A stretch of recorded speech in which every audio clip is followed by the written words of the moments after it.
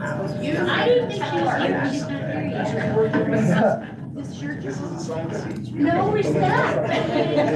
We did try to all the time. We did that. I'm doing ringing.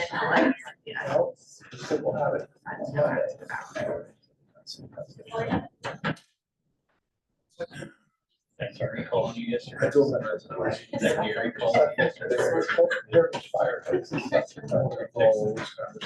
Well, I just like to be able to say.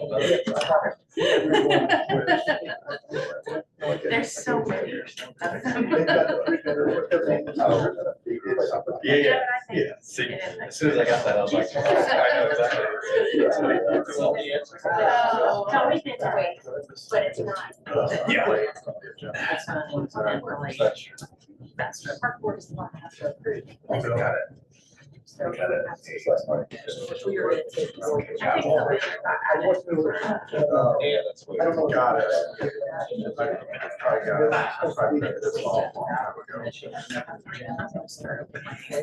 Yeah, there. I was driving process.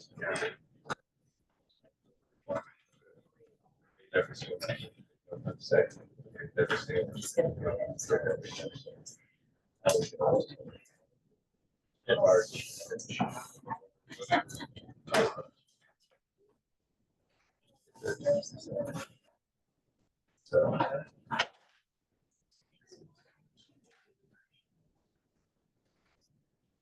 Tom didn't do it.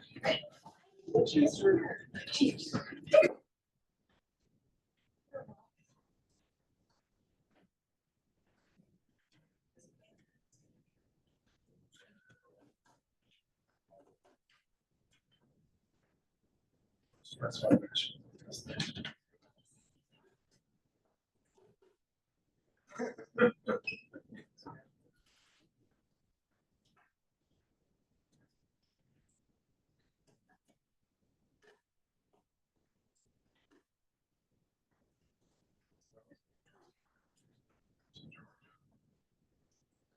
I'm sorry.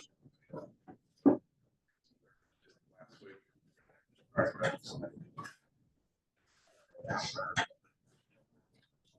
Yeah.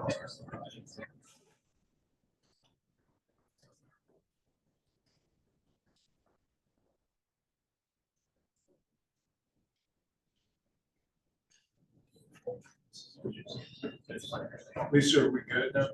Yes.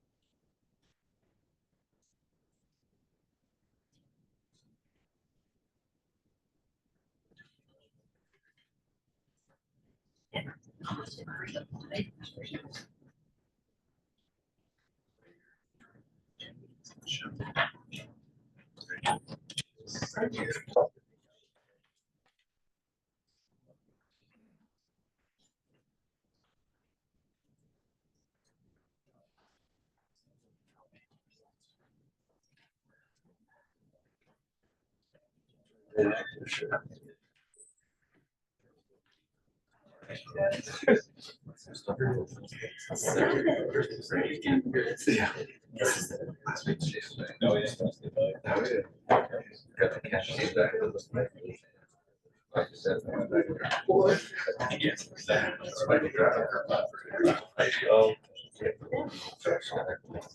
Oh.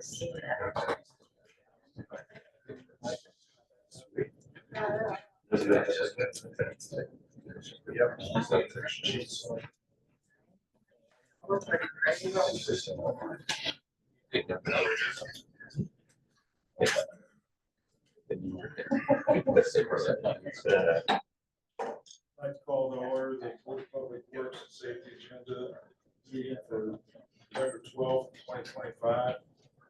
Please have roll call. Mayor Conrad, Present. Board Member Tim Bell, President. Board Member Nancy Eckerly, Here. Police Chief Chad Dick, Here. Street Commissioner Jeff Tyson, Assistant Street Commissioner Matt Heaver. City Engineer Chad Herb. Here. Personnel Safety Loss Control Director Cale Denise. Here. Fire Chief Code Enforcement Officer Kenny Hussein. Present. Director of Community Development Planning Josh Gutzman. Park and Recreation Director. City Attorney Renee Claiborne. Here. Clerk Treasurer Kirsten Denise present. In order to have a quorum, a majority of the board members must be present. All board members are present, which is majority, therefore there is a quorum for this meeting. Thank you. Would all that are able please stand and join me for the pledge of allegiance. Pledge allegiance to the flag of the United States of America and to the republic for which it stands, one nation under God, indivisible, with liberty and justice for all. Excuse me.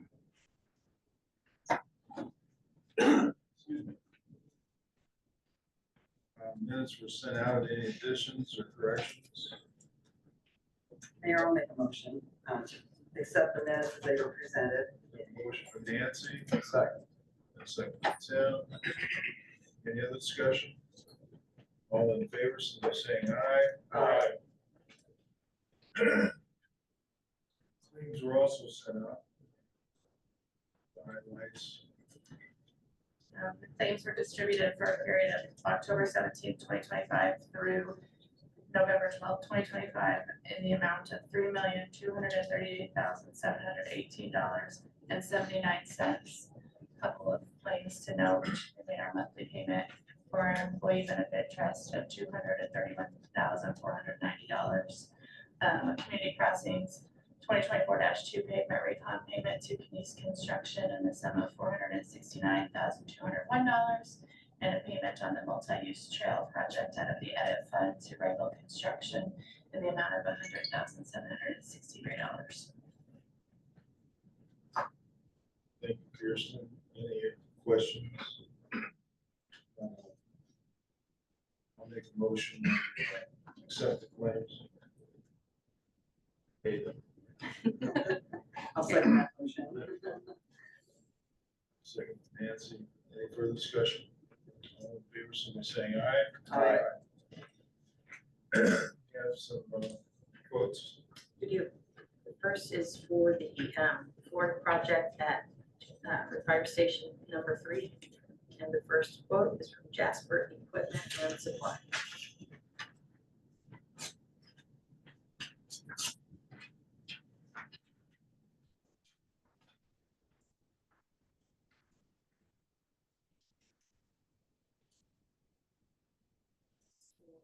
Installation of a flake floor system in the meeting room, restrooms, and bathrooms with MBB, along with a flake broadcast in the color of our choice and 2 top coats.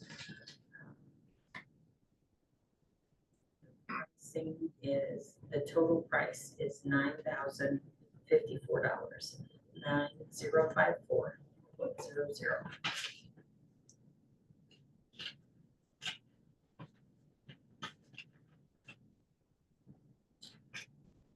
Looks like we only received 2 quotes. The second is from Garage Experts of Evansville.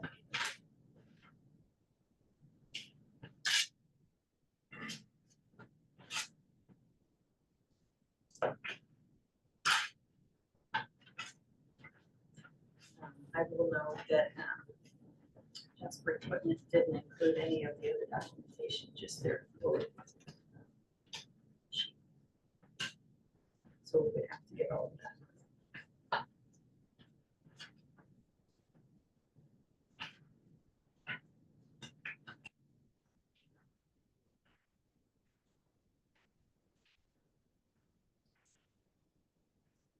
It does include all of the documents that we requested.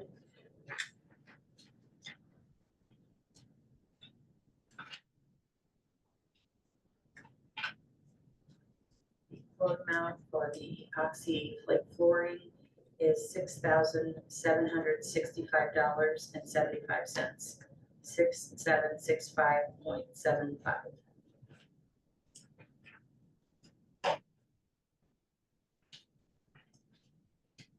did we send this out to another? I think we did, right? That's correct. Yep, the legal department sent out 3 of those. The third one was Icon Concrete, also out of Evansville. They did come up and look at the project and measure. They did reply back by email, but Jane sent everything out that they would, what their price basically would be, but they did not submit it according to what was sent out by the legal department. So We only have one complete set. Correct.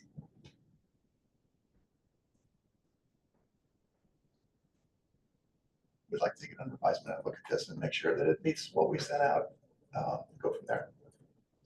So all 3 companies came to Jasper. They all did go out and measure and look at what they were installing and what we were looking for. So Do you want to have them approved pending your review of specifications, or do you want to come back and report at the next meeting?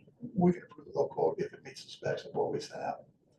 I'll make a motion to approve the bid from the Jasper Fire Department flooring project based on whether it meets the specifications for that project. I'll second. I have a motion from Nancy and a second from Tim. Any further discussion? All in favor, simply saying aye. Aye.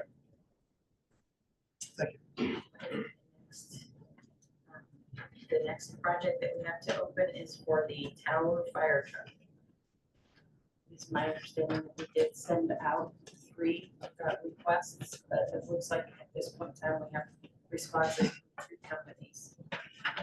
So once again, legal department sent this out. It went to Mid-America Fire and Safety out of Evansville, Hoosier Fire out of Indianapolis area, and then also Heritage Fire, which is the Sutton truck. So it was sent to those 3. And the legal notice was posted. It was put in the newspaper, the legal notice for that. So That would have been run twice. correct. Okay, this first bid is from Hoosier Fire Equipment Incorporated.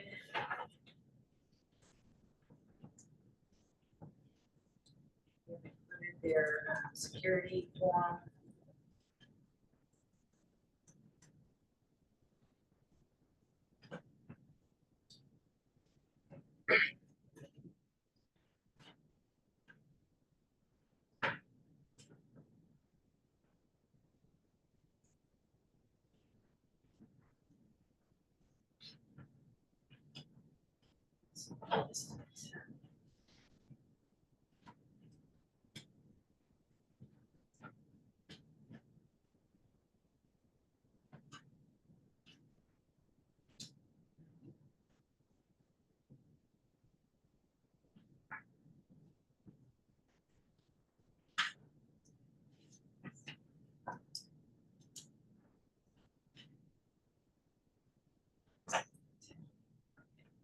Sorry.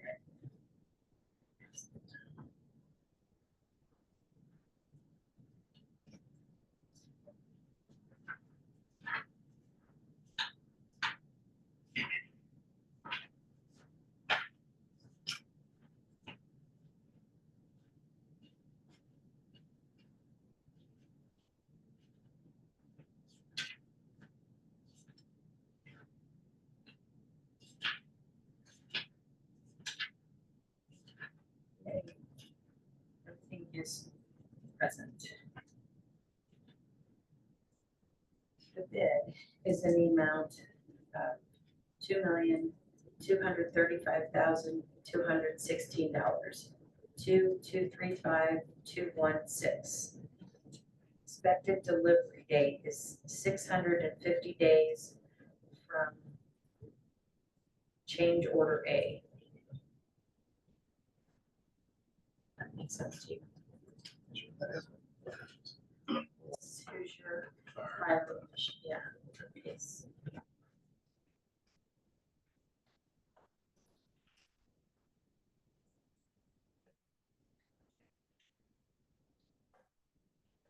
Second is Ferrera.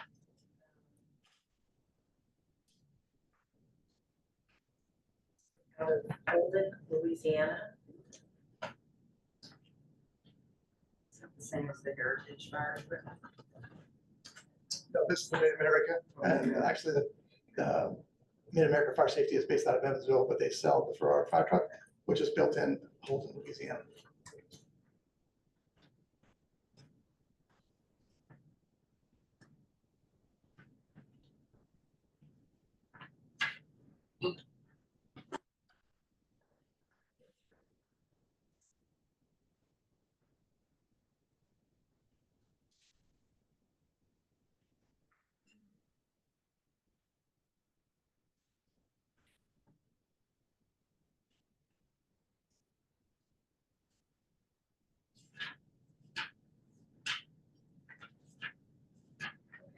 Everything is included in this bid as well.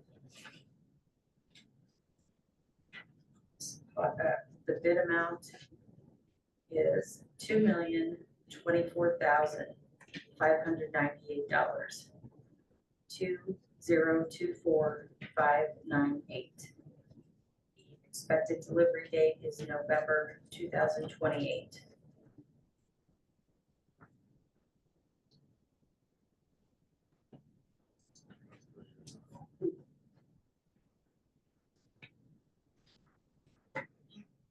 Renee, that first one did have an alternate in the back of the book. The salesman here this morning, we talked to them. They did provide an alternate, which is, I believe, if you want to come speak about it real quick, you can. I think it's like a streamlined truck that is a stock truck kind of that's being built. That would, I would explain. Hi, Ryan Emerson with Future Fire Equipment. So it is a part of our S-180 program. So the money, it is, I guess, a streamlined apparatus. So the engineering is done. So when these trucks are built, they have to go through structural, plumbing, electrical, everybody has their hands in it. And of course, that's time and money. These trucks are pre-engineered, so that part is done. The good side of that is the financially, they are less expensive because that stuff is done. And also time-wise, they're able to be built quicker. The drawback, but the other side of the coin is that you're not going to make structural changes. So like I said, our first bid was to the bid that we received, and every little piece there that we could do is there. The second one is, hey, this is our truck. When I explain to people like bolt-on items, there's an EMS cabinet and what they have for there. To add an EMS cabinet, that's no big deal. That's manufactured over here. We bolted onto the truck. We're not changing plumbing.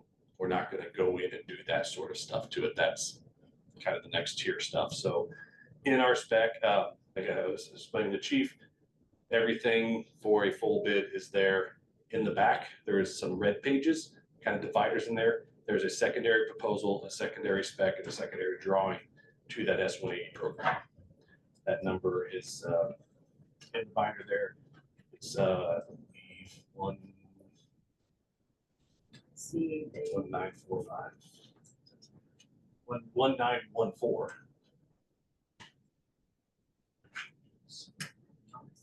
Okay.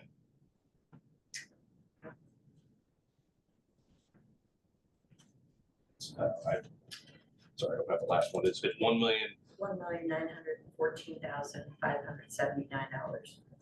1914579 with a delivery date of 550 days. And that number and for both of our apparatus does include the associated equipment. That is correct. That's in there. All included. Yep, that's all there. Yeah. So when we spec the truck, we inspected, we also included the items that are needed on that truck when it delivers to Jasper, so that we don't have to buy additional equipment after that for that truck. So it's all included. So just curious, how many of these trucks do you sell that are pre-engineered? So it's actually, they call it the S-180 program. And in reality, pre-pandemic, because this started probably 2016, 2017, this program did, it was 180 days.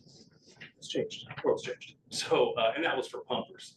It is becoming more and more popular because of the lead times and because of finances. These trucks have everything they need to have. These trucks can pretty much go in if they've got the pumps, they've got the, and all that. They just don't have maybe specific. They're designed off of what they sell the most. Spartan is Houston Fire Department, very large. They sell all their trucks. So there's different models of the S-180s, but like there is a Houston model that they do. So like Houston Fire, they run them specifically. the S180 programs. I'm picking one up tomorrow that we sold. So I'm going to pick it up tomorrow. So yeah, they're becoming more and more popular. The truck is built in the same line, production line. The guys that are doing the welding, the same painting, they don't, they're building their product to a standard that has been set forth.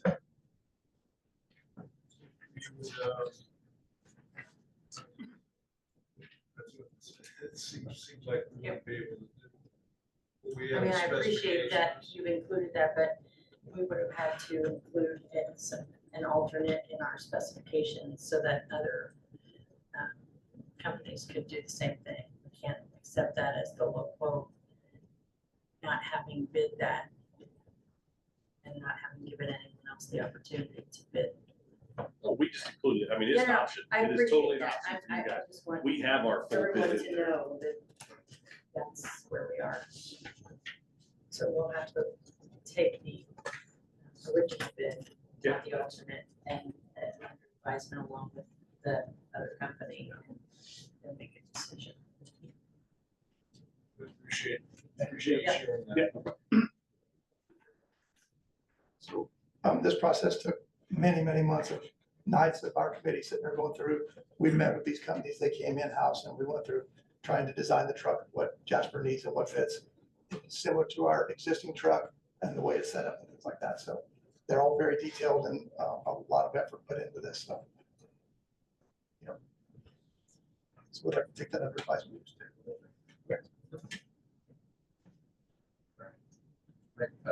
Recommendation that the fire department take under advisement and report back. On the quotes for the tower and truck.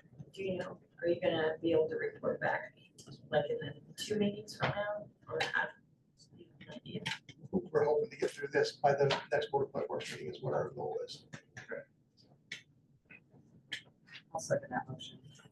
We have a motion from Tim and a second from Nancy. Any discussion? All in favor, signify by saying aye. Aye.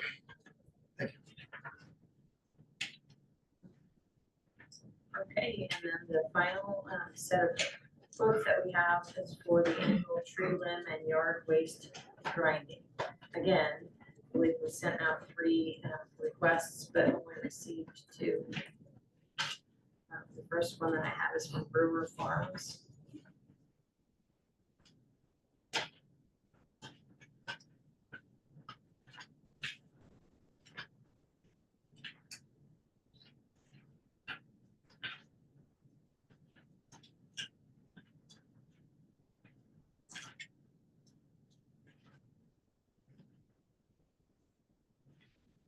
Okay, everything's included.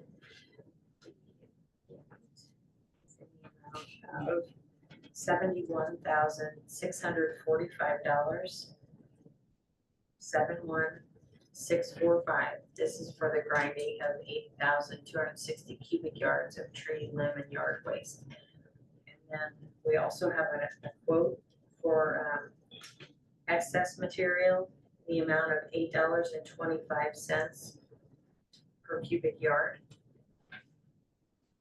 And they chose not to submit a bid, an alternate quote to where they would remove and keep the grindings.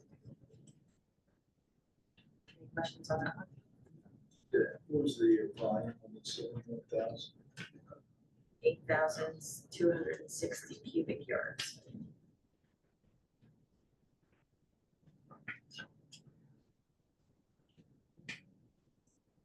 The next is from Smith Creek in Borden, Indiana.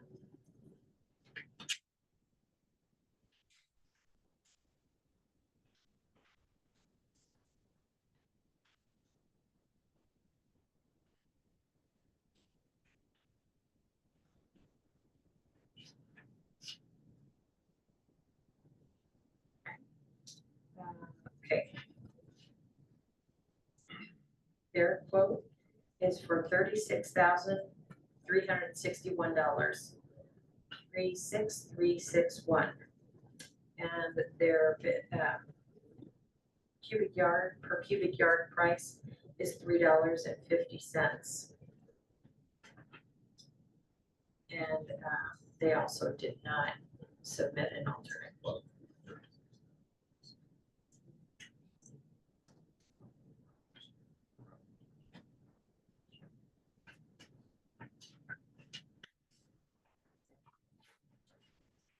The street department would like to take this under advisement and report back to the next meeting. Make a motion for the street department to take the bids for the annual tree and yard waste grinding under advisement and report back probably the next meeting.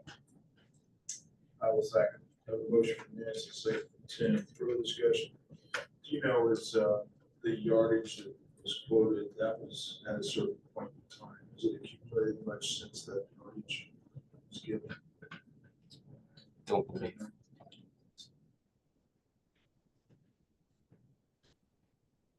Any other questions?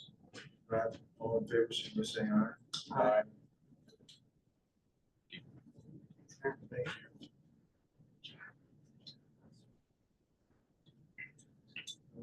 Next on the agenda is personal land survey.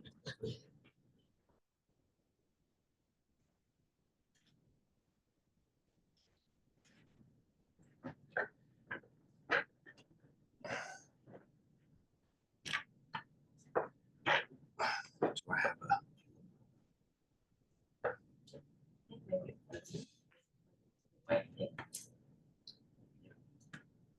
gotcha.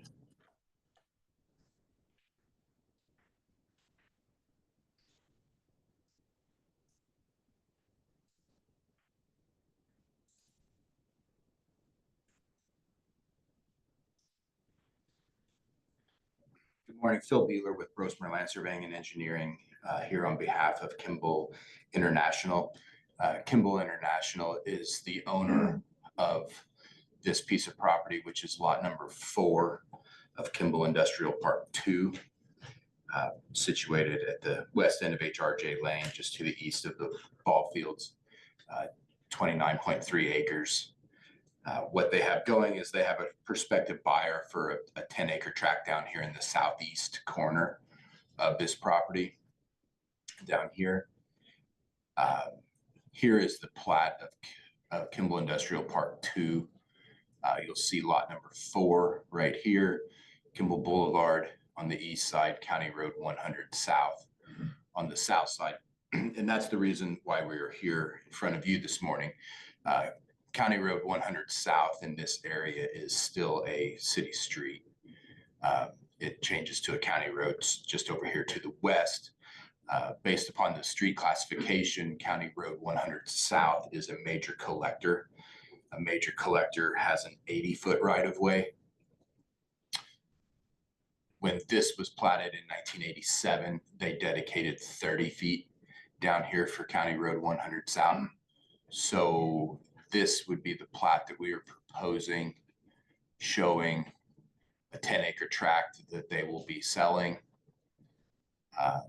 Utilities are existing mostly in the existing right-of-way. There is a sanitary sewer line that has an easement in favor of the city of Jasper that is situated on the property. So we don't have any proposed utility easements on the property, given the existence of all the needed utilities. What we are proposing to do to go from the 30 feet to the 40 feet is across the entire quarter mile of the south line here. We propose to dedicate an additional 10 feet for County Road 100 South. That would get us to half the width of the 80-foot right-of-way required for a major collector. So we are here to get acceptance of the 10-foot of additional right-of-way for County Road 100 South.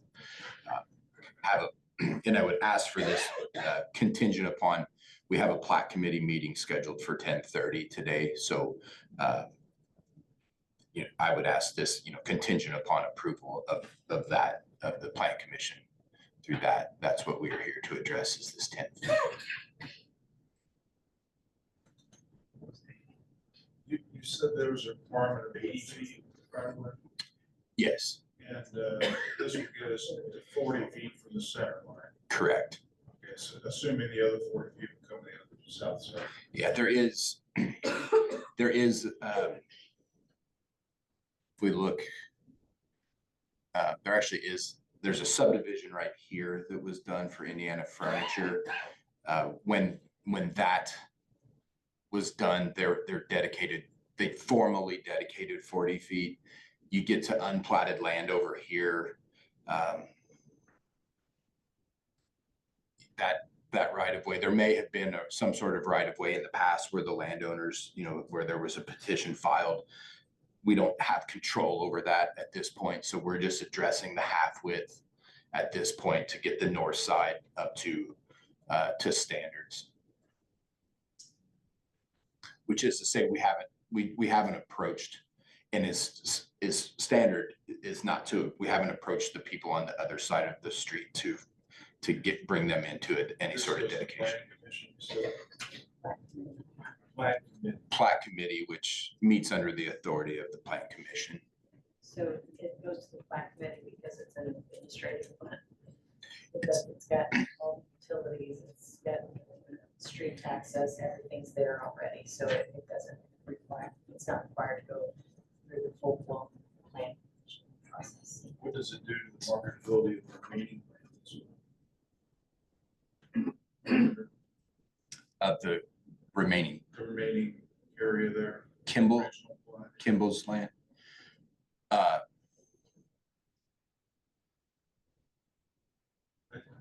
Are you talking specifically about the 10-foot strip, or are you talking about the 10 acres? You can Yeah, just I think Josh knows what I'm talking about. The The remaining property there, not the entire. Yes, just a quick clarification. It is kind of an admin plat, but it's technically a minor subdivision because it's less than 4 and all, like she said, all the major utilities are there. And Phil's correct. We had a conversation about whether the 30 was sufficient to remain on the tract or if the extra 10 was worthwhile. And given that the road is classified as a major collector, and not knowing what the future may hold for that entire area, both with industrial traffic and or anything else that may be developed out in that way in the future. I did ask him to come before here for the additional 10 feet. To the mayor's question, I think if anything, the replat of this makes the remaining tract more marketable. The lot as it sat, how many acres is that, Phil? Yeah, 29. Yeah, 29.3 is what lot number 4 currently is. yeah, it's been for sale for quite a while, and now to replat and have a buyer that we've been working with or known about for well over a year now to get to this point for the new lot, I think is making the people want to be where other people are. So I think now that we've got a smaller lot and we've got another person building and investing in that corner, I think you'll see that the remainder be very marketable. And Kimball International does own this land to the north. These two patches of woods, and you'll see this hatching on the plat, those were in 2014, we did an Alta survey on basically all of Kimball's land, a shovel-ready project out there. We show on the plat the areas that were delineated as wetland areas per a study that was done at that time. And basically those areas trace these patches of woods that you see on here. But Kimball International does own also all of this land here to the north that is has been replatted to accommodate the Kimball Electronics and then the German American platting that's been done up here. But Kimball International does and own this land up here to the north as well.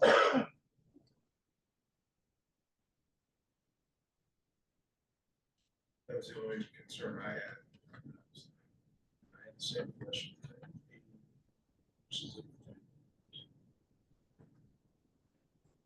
So just a motion to accept the dedicated right of way. 10 feet, make it 40 feet.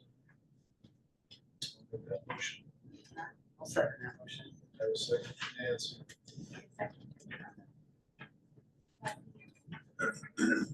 Contingent upon plat. Any further discussion? All in favor, so they're saying aye. Aye. Thank you. I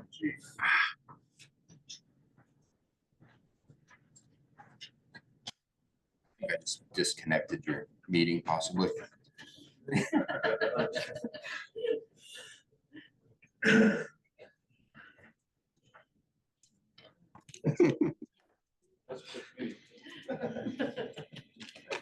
Thank you.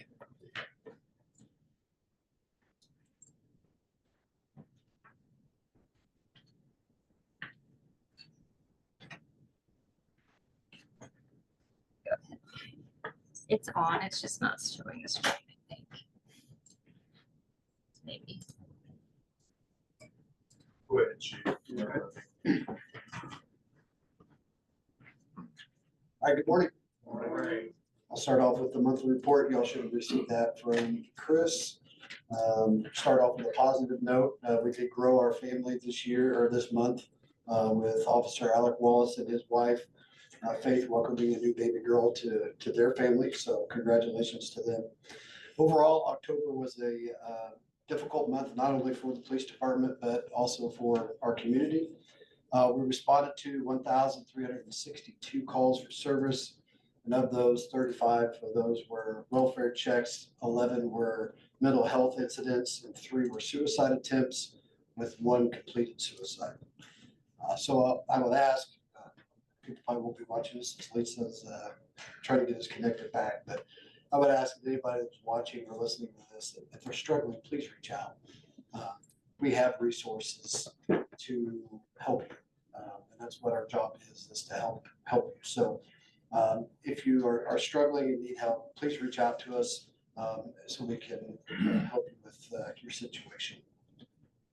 We responded to 12 domestic situations. One of those, we were arresting a male subject for domestic battery. The officers took him to the police department to further their investigation. While at the police department, he decided to urinate on the floor and then consume his own urine and start to spit on the walls. The officer went to transport him to the jail, and he spit on one of them, striking one of them in the eye. I tell you this story for 2 reasons. One, the dangers that we often face, people think of as involving guns, knives, drugs, those type of things. But that in this case was bodily fluids. And secondly, as if getting spit on by someone that consumed their own urine wasn't bad enough, these officers had to wait for over a week to hear if the suspect had any type of communicable diseases. That means that for over a week, they could not have contact with their loved ones, with their children, with their wives, etc. So when we think about the sacrifices that our officers take to keep our community safe, we don't often think about this type of sacrifice, where they're prohibited from having contact with their loved ones. So anyway, I just wanted to share that with you because those are things that happen behind the scenes that people, they see the headlines maybe on this one because it made the news, but don't hear the backside of the story where the officers are forbidden to have contact with their loved ones until they get those test results. Our detectives were busy once again in the month of October, conducting three forensic interviews, 15 search warrants and subpoenas, having 2 arrests. They recovered 1 stolen vehicle, started 6 new investigations involving children, 4 new investigations, just kind of general criminal investigations, and then 8 criminal cases where interviews were conducted. They also conducted our background investigations for our dispatch applicants. And then the data pilot, which we've talked about here in other meetings, was used for the first time, I believe, for extraction of electronic evidence off of devices. So that was good. We also assisted the Huntingburg Police Department with two child sexual assault materials search warrant executions, one of those being in the Holland area and one of them being in Jasper. To the Jasper investigations, the JPD detectives had to ask Huntingburg to assist us because of the backlog that the detectives were experiencing at the time with the urgency of this case. Thankfully, HPD was able to hop right on the case and begin the investigation. and making a solid case. So I'd like to extend a thank you to the Huntingburg Police Chief Brad Kramer and his team of law enforcement professionals for assisting us with that case. Cyber tips continue to come in for our detectives, and the cyber tips are simply tips that are submitted over the cyber tip line, which is the national centralized reporting system managed by the National Center for Missing and Exploited Children. It's used to report suspected incidents of online child sexual exploitation. Our detectives are currently investigating one of those tips and have 27 of them on a backlog, which is how busy and how much those tips come in. So anyway, that's just one other area of that people don't realize of responsibilities that come in on the backside of things. And then we assisted Deaconess Hospital with a missing persons investigation that lived out of the county. Our detectives were able to utilize some of their tools and resources to be able to get them led to the suspect or the subject, and the subject who was in need of medical assistance. So that was a good one there. Our SROs only had 3 weeks of service due to fall break. So, but with that 3 weeks of service, they had 310 documented activities for October. Those include 5 arrests, two searches, 9 drug or alcohol complaints, 13 stop arm violations, 3 crash investigations, 12 student home visits. Those were due to truancy issues, 54 presentations in public relations, 9 student behavior interventions. We also hosted an ALICE, which is Alert, Lockdown, Inform, Counter, and Evacuate training, where folks locally and from across the nation attended to become trainers in this active threat mitigation and response technique. Our narcotics unit had 7 arrests, 3 search warrants. He assisted the Department of Child Services 3 times. Those were child neglect cases involving drugs. He seized 18.8 grams of methamphetamine, 292 grams of marijuana, 36 THC vape cartridges, and 12 grams of purple heroin, which is something new that often contains fentanyl. They investigated an overdose situation that involved that purple heroin. So this, along with other intelligence that he and the county officers that he works with received, they felt that they needed to give a presentation, a proactive presentation to the Jasper High School students about the dangers and the increased risk of using the hard drugs like meth, ecstasy, heroin, cocaine, and fentanyl. While it's our job to enforce the laws, it's also our job to inform and educate the public. And this was one of those that hopefully prevented tragic outcomes from people using the drugs like the purple heroin that have hit the streets. Couple other items to update you on November 5th, the board extended conditional offer employment, or at the last board meeting, they extended a conditional offer employment to Austin Barkley. So on the 5th, we presented that to him and he signed it, he accepted it.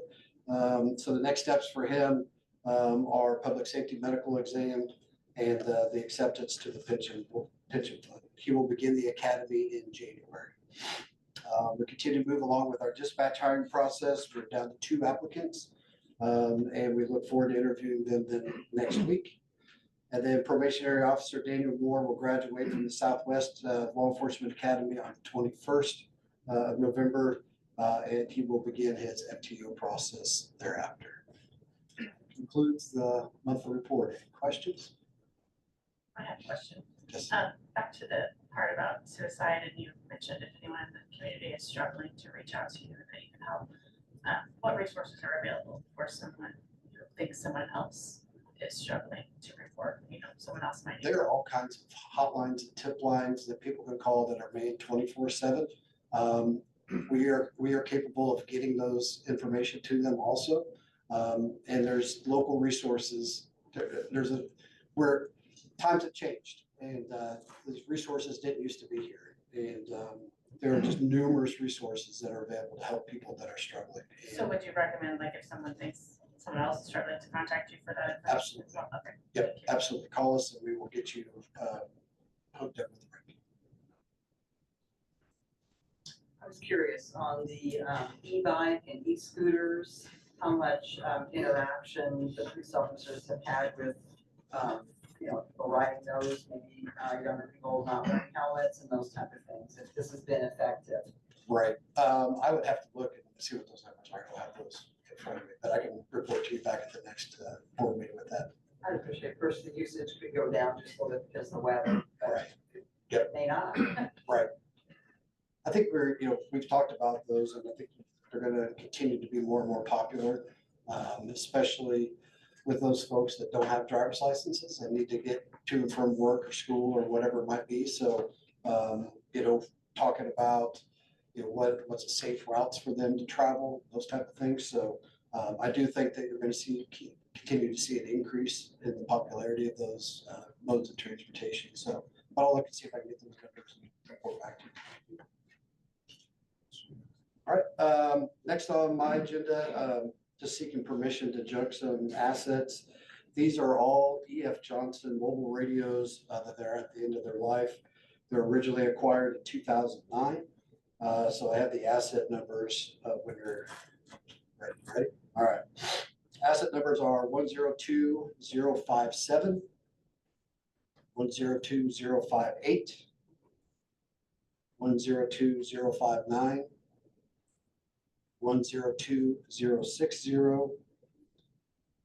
102061, 102062, 102063, 102064, 102065, 102066, 102103, 102104, 102108, 102110.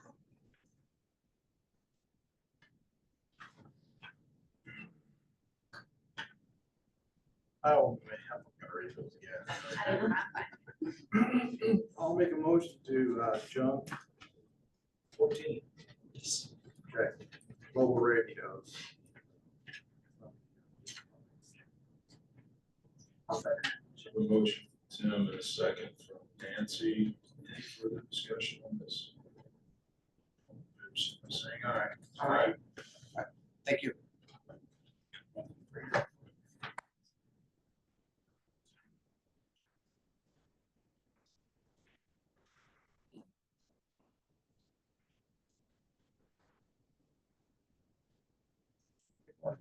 Morning. Back to talk about the automatic aid agreement that was discussed at the previous meeting. I think that was also. If there's any questions on that, basically, anytime that you would see a structured fire or a call in to dispatch with a structured fire smoke or flame showing, it would automatically pay Jasper Huntingburg as this agreement. This would help our ISO numbers. So we feel it's a good thing that we approached with, and Huntingburg Port of Flight Works has agreed to this, and they have signed the document. We were provided 2 copies, and Renee has those, which would require signatures. If agreed upon by the city of Jasper. No, I had a chance to document sent, I think is what we're asking for, chance to review it. I have a brief question, Kenny, I know we talked about it briefly, but will this agreement increase what you need in your budget to pay your officers? It will, but it'd be minimal. In 2023, there were 10 calls that actually ISO looked at as part of our audit that year, which would have met the requirement. So 10 calls, and it would be the crew on duty this week, which would be 4 people. Those 4 people would go to a station, get the fire truck, and be en route to Huntingburg if they were called for this automatic aid agreement. That is our agreement, and they have done the same thing. So it would be minimal. Those 4 firefighters, at basically $20 each would be $80 per hour. I just bring it up because I know we did not budget for that, Correct. for an increase Yes. in 2026. So if you can keep an eye on it and let us Yes. know if you feel like it's having an effect and if we need to do something. That's correct. Yes, we're aware of that. So, and we understand that, when these calls come in, it's whatever the information that dispatcher gets. So this will be another responsibility for the dispatcher to remember another that they already have a lot of information that they already have to obtain and get, and a lot of responsibilities to remember these things. So we know there'll be a learning curve. It's just another added thing that they will, of course, take care of us for as well. So You expressed when you talked about it the last time that they can call you off also, right? correct, yeah.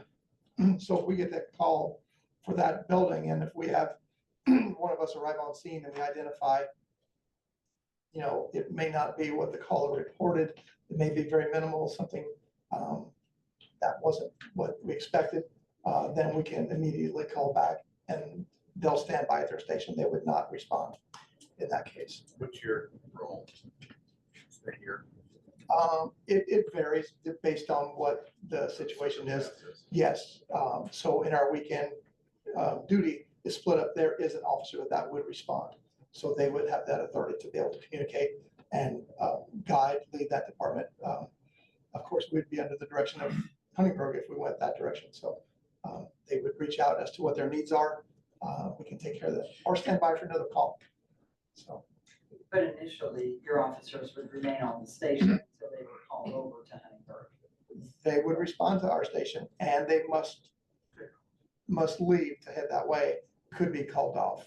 Or by the time, before we get there, they could be called off by the time they would arrive at the station, because you may have them in different parts of the, city, and it's gonna take a few minutes for them to arrive at the station to take the truck. So by then, maybe Huntingburg would already have people on scene and could call that off as well. So is this for every fire call within Huntingburg and within Jasper? Smoke and flame showing. This is not, you will not see this a great deal. So what our goal is to meet the ISO requirements so that we can reduce our ISO numbers, which would just make the community look even better than we did today. It's another outstanding feature that we have. At a class 4 today, only 17% of the fire departments in Indiana meet that. So we already meet a very high goal, and we know we can improve that. So it's not every hotel fire alarm. No, not manufacturing, no. No, yeah, That's when there's flame and smoke. that's correct. Any other questions? Concerns? I'll make a motion that we agree to the mutual Automatic gate. automatic aid agreement. Is it for 1 year? No, this is just an agreement that will stay in place. Make that motion. I'll second. I have a second, Tim. Any further discussion? All in favor, say aye. Aye. Thank you. By the way, Monday morning, there was a multi-vehicle pileup between Jasper and Huntingburg, quite significant. Fortunately, very minor injuries that came out of that, but we were there for a couple hours to provide #1 lighting initially for that, because it's very dark out there. And then we did request mutual aid from Huntingburg because it was 12 vehicles, so it was a big incident. So Huntingburg also sent their light truck as well, and it made things much safer and easier to work around that. So it was a good call there. But Chief, do you want to mention about the call out on your e-bike? yes, so I think people need to know about the Correct. dangers. yeah, I think it was like 2 weeks ago, we were called up near Midwest Cafe at the building across from the old library there where it's residents. And there was an e-bike sitting outside that the subject was at work, and the bike, the batteries on it just caught fire. The occupant said there was a small explosion. I heard a lot of popping noise and seen smoke. So the battery, sometimes these cells inside this battery will have an issue, and it caught fire. And this is something that is a concern to all of us about these types of vehicles, whether it's a hoverboard or an e-bike or anything like that you have that has these battery devices in them. So yeah, Kenny, was that particular bike plugged in? it was not plugged in, but it was chained up to the railing there. So, but it was actually a trike. Yeah, Was this- I'm familiar with what it was. Yeah, the school teacher at Jasper that had that, and, But it wasn't plugged in, it was just sitting there. just sitting there, yep. Yep, so These batteries can transaction question. it, I think it's something everyone should be aware of. It's Right. more fun. very difficult to extinguish. The back of the bike had a compartment, so we took the battery off the bike, we put it in a compartment, and we filled it with water. That way it can't reignite, because it can reignite up to 3 days later. Yes, so, yeah. I'm gonna be, I'm gonna head to Evansville to pick up one of our firefighters. Our fire truck is going down there for repairs. So, yeah. Before you go, before you go, you had a donation. Yes. I know about the servants one, but I cannot think of the other. We can do it next time. Yeah, we'll do it next time. Okay. Thanks, Chief. Okay, That's what it's for. Okay. Jeff?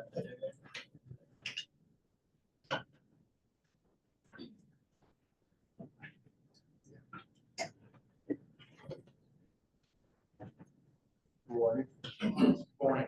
I'd like to request from the board permission to accept the bid for the City Hall window replacement project.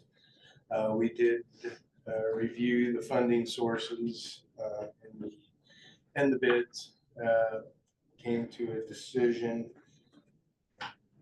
location that the money would be available at. So at this time, I'd like to request permission to accept the base bid from Kaish Glass Incorporated for all four sides of City Hall in the amount of $276,000, 0 cents, 276,000.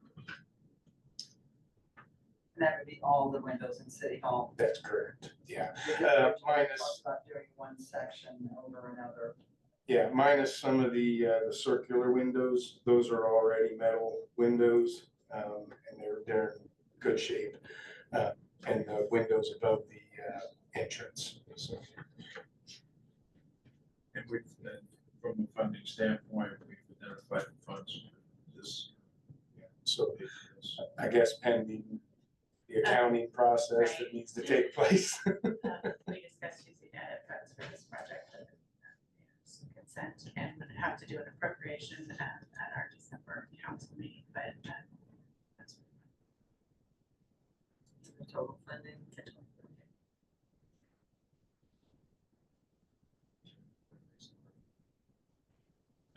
We'll have to contact them when, yeah, as soon as we get this going, they can get them ordered, they'll let us know what the time frame will be. By spring. More than likely, yeah. Yeah. So that would be really out of 2025 funds. Well, if we sign the if we sign the contract, yeah, it'll be encumbered, If we can't yes. get it till Yeah, they'll next let year, you we'll know. cover it, yeah. But it would be Yes. 2025 funds. All right. I'll make a motion to accept the base bid from Kaish Windows for all of the windows except for some of the special windows in City Hall for $276,000. I have a motion from Nancy. I'll second. And a second. Any further discussion? And we decided to go with all of the windows. It was just a matter of Kaish and timing, working it out. Right, that's correct. They all need to be. They all need to be replaced. It was just a matter of making sure the funding was available. All in favor, simply saying aye. Aye. Aye. That's all I have. Thank you. Matt? Good morning. Morning. Just let the public know that the street department will be conducting the biannual sign reflectivity study the week of November 16th. So just to give you guys a heads up on that. All right, thank you.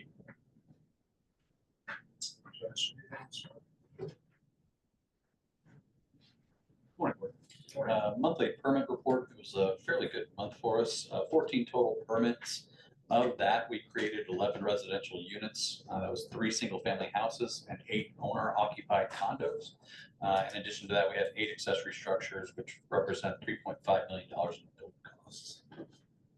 Questions on that? Josh, I just had a question. After looking at this month after month, we do a lot of accessory buildings in various price ranges, actually. So all the way from a yard barn to probably an elaborate pool house would be an accessory structure. But any comment, I mean, I'm still not seeing any like mid-range housing being built for the most part. A few here and there, but nothing really, I mean, not a lot for just an average person rebuilding a house. Would you define mid-range or what it like? Let's just say 250, 300,000 in that range. Yeah, sure. So we're seeing, you know, and probably the closest to that range and market is the Northridge project, which is just now starting to get going. Some of the, in fact, the 8 condo units that you're seeing is really the villas that they've started there. I believe maybe last month or the month before, they've sold a couple of the 12 homes that are adjacent to those villas. And that's all just in phase 1. Now that we're active in phase 2, you're going to see a lot more of those types of units being built. A lot of the, it's a weird market out there. You know, rates are pretty high and really stuff that we're seeing move is stuff that had already been in plans for a while. And, you know, we're very lucky and blessed in this community. A lot of those homes have been custom homes and that drives the price up. That's why you're seeing, you know, the exorbitant prices on, I say exorbitant, the high prices for a lot of those homes. But I really do think next year will be a lot different, again, as we get deeper into the Northridge development, specifically built out to have smaller lots, smaller homes, and hopefully smaller price tags. And I've driven out there numerous times and looked at the progress, you might say, Yeah. which is kind of slow, but still things are progressing. Yep. All right, thank you. Yep. Thank you, Josh. Renee? I do. The city of Jasper received a donation from servants in the amount of $4,000 with the restriction for it to be divided equally, with 2,000 going to the fire department, 2,000 to the police department to be used at their discretion. So I just need you to accept those restrictions. I'll make a motion, we accept the contribution from servants with restricted use of these funds, 2,000 Jasper Police Department, 2,000 Jasper Volunteer Fire Department.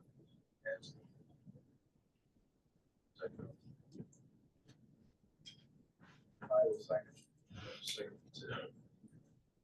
Any further discussion on this? Just been very generous givers in our community. And that really wasn't even requested of them, it just came about. I actually did it last year. I just want to give back to the community because I feel like the community has, you know, supported them.